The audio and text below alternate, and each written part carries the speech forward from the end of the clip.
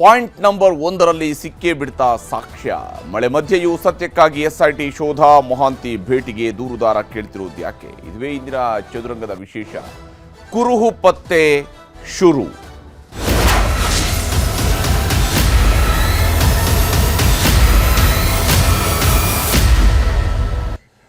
ದೂರುದಾರ mask man ಹೂತಿಟ್ಟಿದ್ದಾನೆ ಎನ್ನಲಾಗಿರುವಂತಹ ಸಮಾಧಿಗಳನ್ನು ಅಗಿಯುವಂತಹ ಕೆಲಸವನ್ನು ಈಗಾಗಲೇ ಮಾಡ್ತಾ ಇದ್ದಾರೆ. ಎಸ್ಐಟಿ ಅಧಿಕಾರಿಗಳ ತಂಡ ಈ ಒಂದು ಕೆಲಸದಲ್ಲಿ ನಿರತವಾಗಿದೆ. ಬಹಳ ಸೂಕ್ಷ್ಮವಾದಂತಹ ಪ್ರಕ್ರಿಯೆ ಇದು. ಯಾಕಂದರೆ ಇಲ್ಲಿ ಸಿಗಬಹುದಾಗಿರುವ ಪ್ರತಿಯೊಂದು ಮೆಟೀರಿಯಲ್ ಬಗ್ಗೆಯೂ ಕೂಡ ಹೆಚ್ಚಿನ ಕಾಳಜಿಯನ್ನು ವಹಿಸಲೇಬೇಕಾಗುತ್ತೆ. ಈ ಶೋಧ ಕಾರ್ಯಾಚರಣೆ ಈಗ ಮುಂದುವರಿಯುವ ಸಂದರ್ಭದಲ್ಲೇ ನಿನ್ನೆ ನಾವೇ ರಿಪೋರ್ಟ್ ಮಾಡಿದ್ವಿ, ಪಾಯಿಂಟ್ ನಂಬರ್ 1ರಲ್ಲಿ ಯಾವುದೇ ರೀತಿಯಾದಂತಹ ಕುರುಹುಗಳು ಸಿಕ್ಕಿರಲಿಲ್ವಂತೆ ಅನ್ನುವಂಥದ್ದು. ಅಧಿಕೃತವಾಗಿ ಎಸ್ಐಟಿ ಎಲ್ಲೂ ಹೇಳಿಲ್ಲ ಅನ್ನುವಂಥ ಅಂಶವನ್ನು ಕೂಡ ನಾವು ನಿಮಗೆ ತಿಳಿಸ್ತಾ ಇದ್ವಿ. ಯಾಕಂದರೆ ಇಲ್ಲಿ ಅತ್ಯಂತ ನಿಖರ ವರದಿಯನ್ನು ಮಾಡ್ತಾ ಇದ್ವಿ ಮತ್ತು ಯಾವ್ಯಾವ ವಿಚಾರಗಳು ಇದ್ದಾವೆ ಅನ್ನೋದನ್ನು ಮಾತ್ರ ನಿಮಗೆ ಹೇಳುವಂತಹ ಪ್ರಯತ್ನ ಮಾಡ್ತಾ ಇದ್ವಿ. ಈ ಸಂದರ್ಭದಲ್ಲೇ ಇವತ್ತು ಈಗ ಒಂದಿಷ್ಟು ಮಾಹಿತಿಯನ್ನು ಅಧಿಕೃತವಾಗಿ ಸಿಗ್ತಾ ಇರುವಂತಹ ಮಾಹಿತಿಯ ಪ್ರಕಾರ ಹೋಗೋದಿದ್ರೆ ಎಸ್ಐಟಿಗೆ ಸೈಟ್ ನಂಬರ್ 1ರಲ್ಲಿ ಅಂದರೆ ಮೊದಲ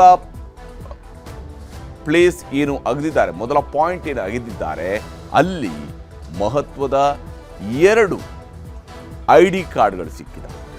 ಈ ID ಕಾರ್ಡ್ಗಳು ಏನನ್ನು ಹೇಳ್ತವೆ, ಯಾರ ಕಡೆಗೆ ಬುಟ್ಟು ಮಾಡ್ತಾ ಇದ್ದಾವೆ ಅನ್ನೋದ್ರ ಬಗ್ಗೆ ಕೂಡ ಕುತೂಹಲ ಇದ್ದೇ ಇದೆ. ಸುದೀರ್ಘ ಉತ್ಖನನ ನಡೆದಿದೆ. ಮಾರ್ಕ್ ಮಾಡಿರುವ ಸ್ಥಳಗಳ ಶೋಧ ಕಾರ್ಯಾಚರಣೆ ಮುಂದುವರೆದಿದೆ. ಪಾಯಿಂಟ್ ನಂಬರ್ 1ರಲ್ಲಿ 2 ID ಕಾರ್ಡ್ಗಳು ಪತ್ತೆಯಾಗಿರುವುದು. ಪಾಯಿಂಟ್ ನಂಬರ್ 1ರಲ್ಲಿ 2 ID ಕಾರ್ಡ್ಗಳು ಪತ್ತೆಯಾಗಿದೆ. ಪಾಯಿಂಟ್ ನಂಬರ್ 2 ಮತ್ತು ಪಾಯಿಂಟ್ ನಂಬರ್ 3ರಲ್ಲಿ ಇದುವರೆಗೆ ಏನು ಪತ್ತೆಯಾಗಿದೆ ಅನ್ನೋದನ್ನು ಎಸ್ಐಟಿ ಅವರು ದೃಢಪಡಿಸಿಲ್ಲ.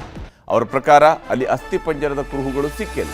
ಪಾಯಿಂಟ್ ನಂಬರ್ 1ರಲ್ಲೂ ಕೂಡ ಅಸ್ಥಿಪಂಜರದ ಕುರುಹು ಸಿಕ್ಕಿರೋದ್ರ ಬಗ್ಗೆ ದೃಢಪಡಿಸಿಲ್ಲ. ಆದರೆ ಅಲ್ಲಿ 2 ID ಕಾರ್ಡ್ಗಳು ಸಿಕ್ಕಿದ್ದಾವೆ. ಈ 2 ID ಕಾರ್ಡ್ಗಳಲ್ಲಿ ಒಂದು ಪಾನ್ ಕಾರ್ಡ್ ಇದೆ, ಒಂದು ಡೆಬಿಟ್ ಕಾರ್ಡ್ ಇದೆ.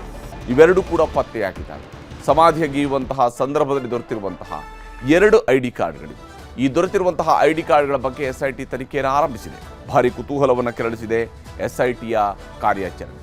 ಡೆಬಿಟ್ ಕಾರ್ಡ್ ಅಥವಾ ಪ್ಯಾನ್ ಕಾರ್ಡ್ ಸಿಕ್ಕಿರುವಂತಹ ಸಂದರ್ಭದಲ್ಲಿ ಸಹಜವಾಗಿ ಅದರಲ್ಲಿ ಪ್ಯಾನ್ ನಂಬರ್ ಇದ್ದರೆ ಅಥವಾ ಡೆಬಿಟ್ ಕಾರ್ಡ್ನ ನಂಬರ್ ಇದ್ದರೆ ಆ ವ್ಯಕ್ತಿ ಯಾರು ಅನ್ನೋದನ್ನು ಹುಡುಕುವಂಥದ್ದು ಸುಲಭ ಆಗಬಹುದು. ಆದರೆ ಇಷ್ಟು ವರ್ಷಗಳ ನಂತರವೂ ಕೂಡ ಆ ID ಕಾರ್ಡ್ಗಳಲ್ಲಿ ನಿಖರವಾದಂಥ ಅಂಶಗಳು ಇದಾವ, ಉಲ್ಲೇಖ ಆಗಿರುವಂಥ ಅಂಶಗಳು ಇದಾವ ಇಲ್ವಾ ಅಂತ ನೋಡಬೇಕು. ಆದರೆ ಇವತ್ತು ಕೂಡ ಬೇರೆ ಬೇರೆ ಪಾಯಿಂಟ್ಗಳನ್ನೇನು ಆತ ಮಾಡಿಸಿದ್ದ, ಆ ಪಾಯಿಂಟ್ಗಳಲ್ಲಿ ಈಗ ಅಗಿಯುವ ಕೆಲಸವನ್ನು ಮಾಡ್ತಾ ಇದ್ದಾರೆ. ಇದು ಶವಗಳನ್ನು ಹುಡುಕುವಂತಹ ಕೆಲಸ.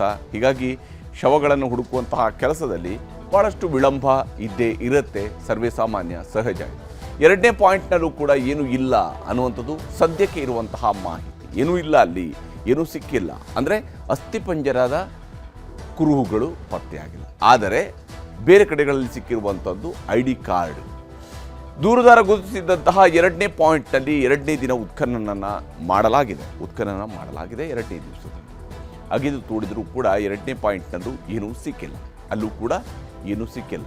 ಅಗಿದು ನೋಡಿದ್ದಾರೆ, ಆದರೆ ಏನೂ ಕೂಡ ಸಿಕ್ಕಿಲ್ಲ.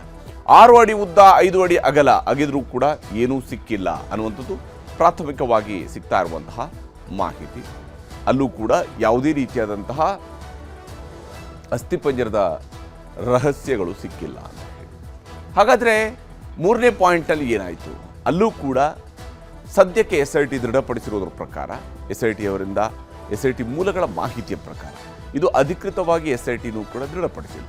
ಎಸ್ಐಟಿ ಮೂಲಗಳ ಮಾಹಿತಿ ಇದು. ದೂರುದಾರ ಗುರುತಿಸಿರುವಂತಹ 3ನೇ ಪಾಯಿಂಟ್ನಲ್ಲಿ ಶೋಧ ಕಾರ್ಯಾಚರಣೆಯನ್ನು ನಡೆಸಲಾಗಿದೆ. ಅಲ್ಲೂ ಕೂಡ ಅಗಿಲಾಗಿದೆ. ದೂರುದಾರ ಅಧಿಕಾರಿಗಳ ಸಮ್ಮುಖದಲ್ಲಿ ಉತ್ಖನನ ಕಾರ್ಯವೂ ಕೂಡ ನಡೆದಿದೆ. 3ನೇ ಪಾಯಿಂಟ್ನಲ್ಲೂ ಕೂಡ ಉತ್ಖನನ ಕಾರ್ಯ ನಡೆದಿದೆ. ಈ 3ನೇ ಪಾಯಿಂಟ್ನಲ್ಲಿ 4 ಅಡಿ ಉದ್ದ, 5 ಅಡಿ ಅಗಲ ಆಗಿದ್ರೂ ಕೂಡ ಅಲ್ಲೂ ಕೂಡ ಏನೂ ಸಿಕ್ಕಿಲ್ಲ. 4 ಅಡಿ ಉದ್ದ, 5 ಅಡಿ ಅಗಲ ಈ ಪ್ರದೇಶದಲ್ಲಿ ಹುಡುಕಿದ್ದಾರೆ, ಆದರೆ ಅಲ್ಲೂ ಕೂಡ ಏನೂ ಸಿಕ್ಕಿಲ್ಲ. ಆ ವ್ಯಕ್ತಿ ಹೇಳಿರುವಂತಹ ಪ್ರದೇಶದಲ್ಲಿ ಹುಡುಕುವಂತಹ ಕೆಲಸವನ್ನು ಮಾಡಲಾಗಿದೆ. 4ನೇ ಪಾಯಿಂಟ್ಗೆ ಶಿಫ್ಟ್ ಆಗಿದೆ ಉತ್ಖನನ ಟೀಮ್. 3 ಕಡೆಗಳಲ್ಲಿ ಸಮಾಧಿಯನ್ನು ಅಗದ ನಂತರ, ಅಂದರೆ ಆತ ಎಲ್ಲಿ ಹೂತಿಟ್ಟಿದ್ದಾನೆ ಅಂತ ಹೇಳಿದ್ದಾನೆ, ಆ ಪ್ರದೇಶಗಳನ್ನು ಅಗದ ನಂತರ ಈಗ 4ನೇ ಕಡೆಗೆ ಶಿಫ್ಟ್ ಆಗಿದೆ. ಇಲ್ಲಿ ಪ್ರಣವ್ ಅವರನ್ನು ಭೇಟಿ ಆಗಬೇಕು, ಪ್ರಣವ್ ಮೊಹಾಂತಿ ಅವರನ್ನ ಭೇಟಿ ಆಗಬೇಕು ಅಂತ ಹೇಳಿ ಆತ ಬೇಡಿಕೆಯನ್ನು ಇಡ್ತಾ ಇದ್ದಾನೆ. SIT ಮುಖ್ಯಸ್ಥ ಪ್ರಣವ್ ಮೊಹಾಂತಿ ಭೇಟಿಗೆ ದೂರುದಾರ ಬೇಡಿಕೆಯನ್ನು ಮುಂದಿಟ್ಟಿದ್ದಾನೆ. ಅಂದರೆ ಆತನ ಹತ್ರ ಇನ್ನೂ ಕೂಡ ಬೇರೆ ಬೇರೆ ವಿಚಾರಗಳನ್ನು ತಿಳ್ಕೊಳ್ಳುವಂಥದ್ದು ಇರಬಹುದು ಅಥವಾ ಹೇಳುವಂಥದ್ದು ಇರಬಹುದು. ಆತನಿಗೆ ಒಂದಿಷ್ಟು ಅನುಮಾನಗಳು ಕೂಡ ಇರಬಹುದು. ಪಾಯಿಂಟ್ ನಂಬರ್ 9, 10 ಹಾಗೂ 11ರಲ್ಲಿ ಮೊದಲು ಶೋಧಿಸುವುದಕ್ಕೆ ಆತ ಬೇಡಿಕೆಯನ್ನು ಇಡ್ತಾ ಇದ್ದಾನಂತ. ಇಲ್ಲಿ ಬೇಡ, ಪಾಯಿಂಟ್ ನಂಬರ್ 9, 10, 11ರಲ್ಲಿ ನೀವು ಮೊದಲು ಹುಡುಕೋಣ, ನಂತರ ಇವುಗಳಲ್ಲಿ ಹುಡುಕೋಣ ಅನ್ನೋದು. ಯಾವ ಕಾರಣಕ್ಕಾಗಿ ಆತ ಹೇಳಿದ್ದಾನೆ ಗೊತ್ತಿಲ್ಲ.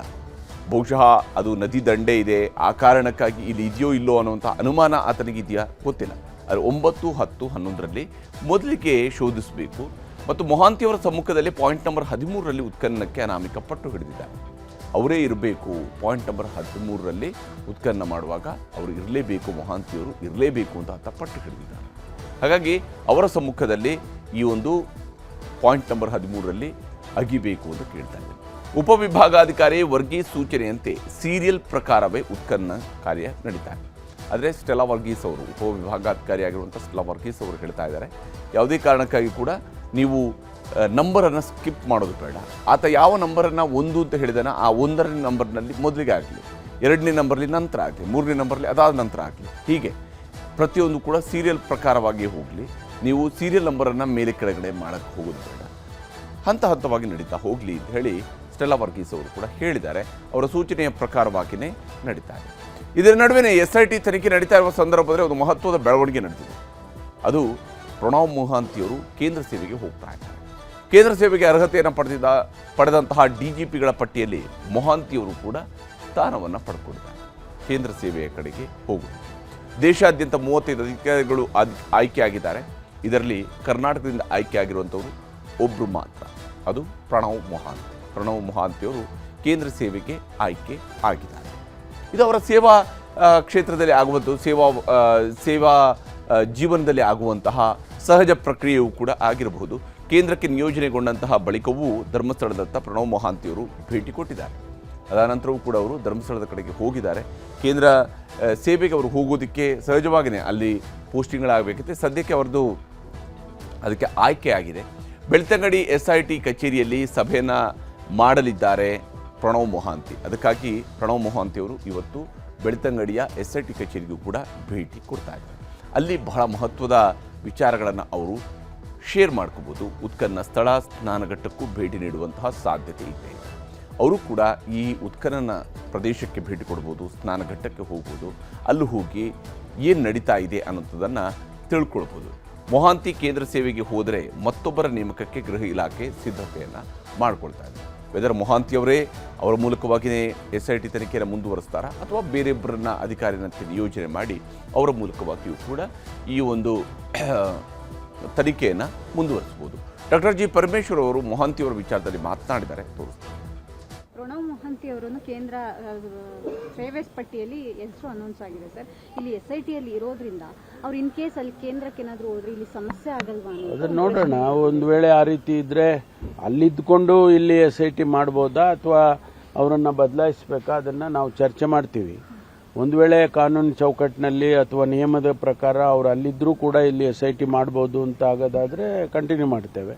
ಇಲ್ಲ ಬದಲಾಯಿಸಬೇಕು ಅನ್ನೋದಿದ್ರೆ ಅದೇ ಹಂತದ ಅಧಿಕಾರಿ ಯಾರನ್ನಾದರೂ ಕೂಡ ನೇಮಕ ಮಾಡ್ತಾರೆ ಸರ್ಕಾರ.